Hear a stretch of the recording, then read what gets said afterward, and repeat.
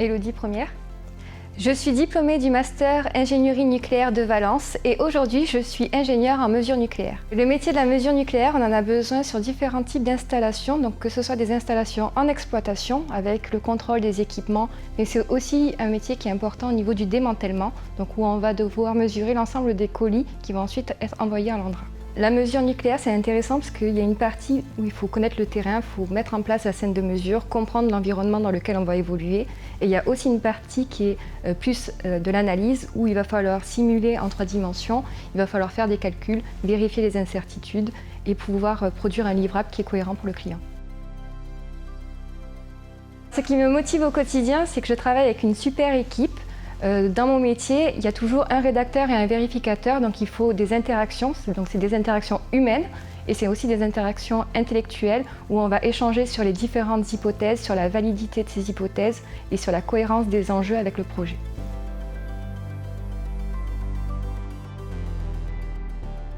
Donc le côté opérationnel de mon métier, c'est savoir gérer une scène de mesure, donc comment s'installer dans les installations, où positionner son détecteur.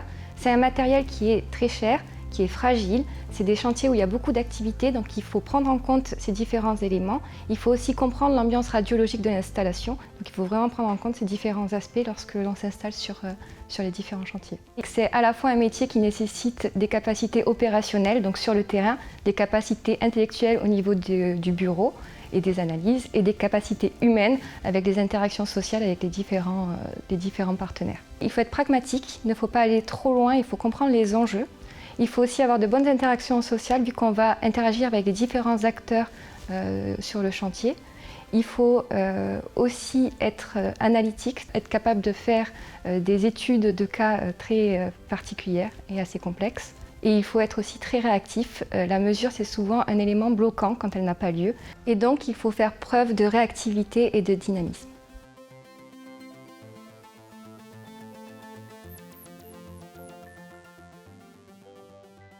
Donc il y a 2 voies possibles. La première voie, c'est on part dans le technique, donc on fait des études de plus en plus complexes et on va devenir un expert national. On peut aussi partir sur le management, donc en devenant chef de projet, en gérant des projets avec des enjeux importants sur la mesure nucléaire.